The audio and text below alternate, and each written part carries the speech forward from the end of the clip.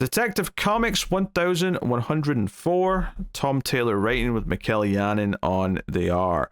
So we were counting down to quarantine, at least at the start of the issue. Obviously, we cross over into quarantine.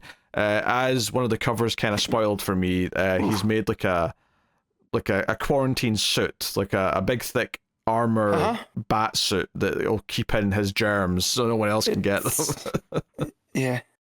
It's I don't want to say it's steampunky, but it's like that BioShock game, right? Mm-hmm. Which I guess BioShock was kind of steampunky. But yeah, it's like this big, almost like an exploratory suit. And it's cool to see Batman in one of those. Yeah. Batman's obviously investigating the disappearance of Jonathan Crane, or the kidnapping of Jonathan Crane from Arkham. Although notably, there's an interesting scene afterwards where he calls Selina, and she's like, "Wait, you called me on the phone rather than just jumping out at me like you usually do? I'm intrigued." But then, because Superman returns, he just sort of says, "Sorry, I have to go."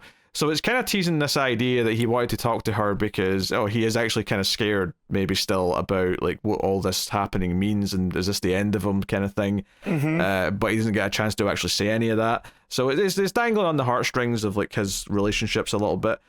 But he's working with Superman, and I guess the big thing here, other than just like where he's traced things back to, is that Batman gives him like a drive that has some methods to take Batman out that he cannot fight back against, and he calls it his kryptonite, and he's like, okay, I'll take this, because he's like, hey, if I become a danger, like if my like lack of fear becomes a problem, and it's something Batman says in his narration throughout this issue, he keeps sort of saying, oh, I should be more scared of this jump, but I'm not, which is making me more reckless, so on and so on.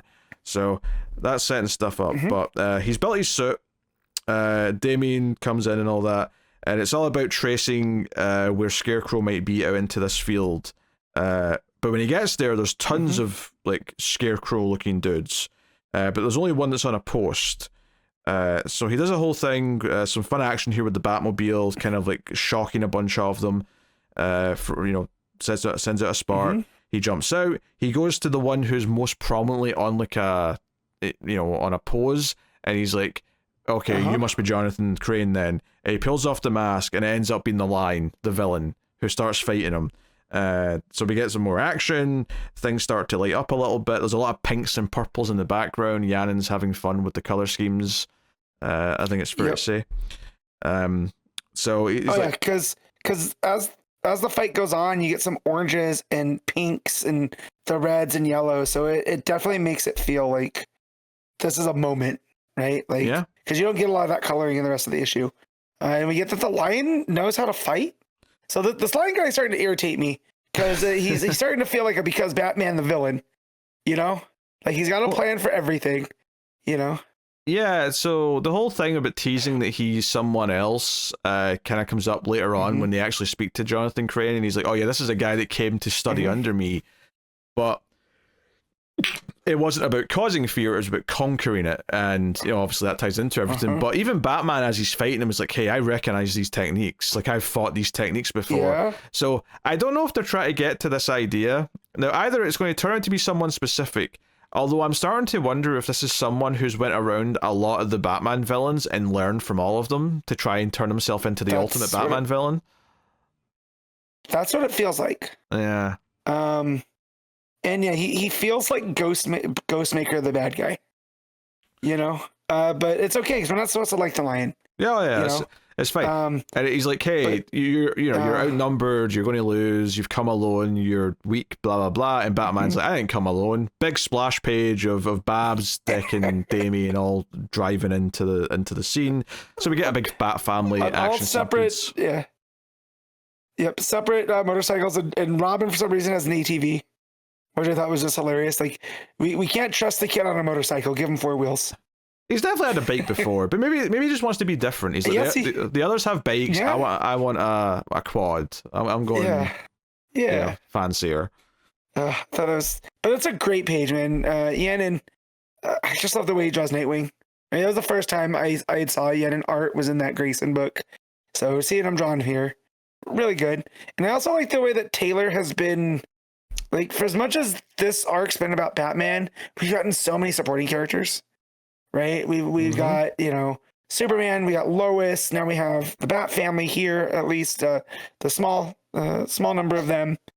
And it just shows where Batman's strengths are, especially as like, I feel as great as he is by himself, he really has bolstered like this family around him, and that's what makes him stronger. So I feel like that's what Taylor's doing with the undercurrent here. So yeah. Yeah, and arguably it's the two most senior Bat family members. I mean, Dick and Babs are the original members, and then Damien's not next in line, but he's kind of closer in the sense that he's directly his son, so he's just kind of naturally, like, closest from a personal level. So yeah, there ends up in a whole fire in the field as this fight's breaking out, and they run away through the fire, because that's the thing, all these bad guys that he's got dressed up as scarecrows, they're all fearless because they've all taken this drug. So, that makes them in a lot of ways more dangerous, but it means they're all willing to run into a fire. Damien actually chases after them, and Nightwing has to like grapple his leg and pull him back, and he's like, "What the hell are you doing, Grayson?" And he's like, "I'm not letting you run into a fire, you little shit." So, well, and that also speaks to, right, Damien's the youngest, right, and he's just naturally reckless because he hasn't learned, he doesn't have the life experience, and that goes against where Bruce is at, right, where he's constantly questioning himself if he's being too reckless. So I do like that balance here. Like, it shows, Damien just being that reckless. I'm gonna go get the bad guy regardless, but that's what the bad guy wants, right? He set that fire, so he can't play into his hands. So I do like all that. Yeah. We found out the guy's name was Leo Kingsford, so I still don't know if they're going to reveal that he's also technically another villain, but that's what Crane says when they find him. And that's pretty much the end of the issue. But he does say that, he's become what he's become because of you, Batman, which again maybe ties into this idea of him learning from a lot of the rogue gallery to try and take him on. This issue I think is very well structured and paced. It's kind of like, it's got like a little bit of like the personal side and the fear of what's going to happen to Batman. There's a bit of danger that even though he's built his suit, once the villain like cuts one of the hoses, he's like, oh shit, like I'm a danger to everyone else here now. And they end up just duct taping it basically in the last page. But it's like, hey, that's like a concern if you're walking around in this hazmat bat suit. And then half the issue is kind of this big set piece in the field. But I think it's nicely paced and has different sections to it, where first it's kind of creepy because Batman's just driving and there's no one around, but it's all these scarecrows just standing there, and then it's just Batman versus them. It becomes a big one-on-one fight, and then you get the Bat family swooping in, so it kind of has all these layers to it, so it's very fun and well paced throughout, as opposed to just feeling like a lot of samey action. So I was quite happy with this as a middle chapter to this arc. Yeah, I really like the fight scene between the Lion and Bruce, and the fact that he's like, oh, he punched over and I made a miss, and then when Bruce thinks about it, he's like, no, he was going for the hose, and that's where he, again, him being reckless, he's not thinking clearly on this. And again, I feel like if Batman's not under the influence of this fear virus, that kills his sense of reasoning, this is over. Soon. Yeah. So I do like that. The Taylor's playing that line very, very well. Yeah, the line has weakened him in such a way where he's been able to hold his own in a fight against them. It might not be quite as easy if he was at normal 100% capacity.